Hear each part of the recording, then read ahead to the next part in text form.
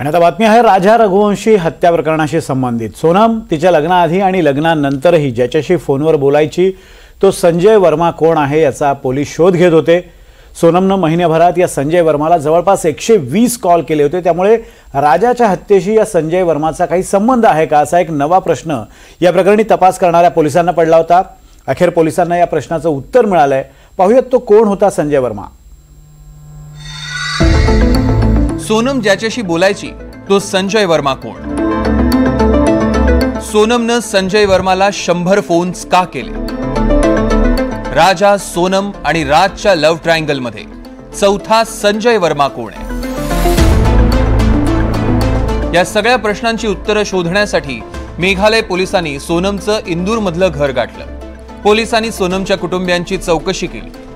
2.5 तासांपेक्षा जास्त वेळ मेघालय पोलिसांनी सोनमच्या घराची झडती घेतली। सोनमची आई संगीता, सोनमचे वडील देवी सिंग आणि गोविंद यांना सुरुवातीला वेगवेगळं बसवून आणि नंतर एकत्र बसवून सोनम बद्दल प्रश्न विचारण्यात आले। सोनम घरात कशी वागायची, तिच्या कुटुंबियांच्या बिझनेसमध्ये काय मदत करायची, सोनम आणि राजच्या प्रेमाबद्दल कुटुंबियांना माहिती होती का असे प्रश्न सोनमच्या कुटुंबियांना विचारण्यात आले। मेघालय पोलीस सध्या इंदूरमध्ये मुक्काम ठोकून आहेत। सोनमच्या मित्रमैत्रिणी आणि सोनमशी संबंधित इतर व्यक्तींनाही पोलिसांनी चौकशीसाठी बोलावलं होतं। सोनमला इंदूरहून उत्तर प्रदेशात घेऊन जाणाऱ्या टॅक्सी ड्रायव्हरची ही चौकशी करण्यात आली। क्या हुआ? गाड़ी अरे इतने सारे लोग यार, मेरे को बताना था, मैंने सर को बता दिया है। अरे मेरी बात क्या कर रहा था? क्यों बुलाया था तेरे को? क्यों बुलाया था तेरे को? मेरे को गाड़ी के मामले में बुलाया था तो मैंने बता दिया। कौन सी गाड़ी लेके? आपको क्या करना सर, मैंने बता दिया सर को। सर ने हमको करना है। सोनमचा भाऊ गोविंदला सलग दुसऱ्या दिवशी चौकशीसाठी बोलावण्यात आलं होतं।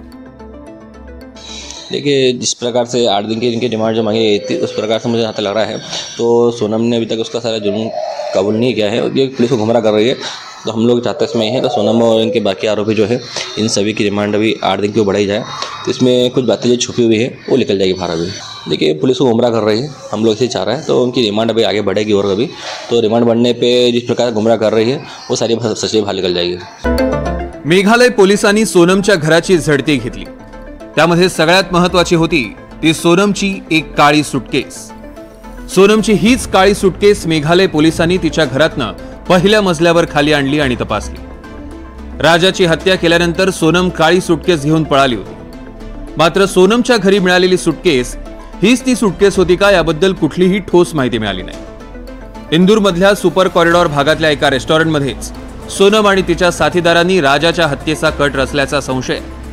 या रेस्टॉरंटमधल्या सीसीटीव्ही मध्ये 2 वेळा सोनम तिच्या काही साथीदारांसोबत दिसली होती। या रेस्टॉरंट मालकाची चौकशी करण्यात आली आहे आणि अखेर ज्या प्रश्नाचा शोध पोलीस घेत होते त्या प्रश्नाचंही उत्तर मेघालय पोलिसांना मिळालं। तो प्रश्न म्हणजे संजय वर्मा कोण आहे? सोनमने संजय वर्माला 25 दिवसात 119 कॉल्स केले। दररोज अर्धा ते 1 तास सोनम आणि संजय वर्माचं फोनवर बोलणं व्हायचं। राजाशी लग्न झाल्यावरही सोनम या संजय वर्माशी बोलत होती। हा संजय वर्मा म्हणजे सोनमचा प्रियकर राज कुशवाच असल्याचं अखेर समोर आलंय।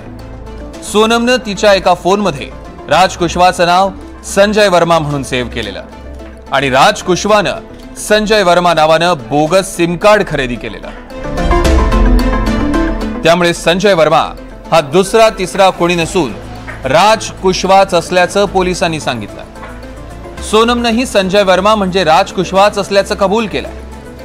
सोनमकडे जवळपास 4 फोन्स होते, त्यातला एक फोन तिने राजाच्या हत्येनंतर नष्ट करून टाकला।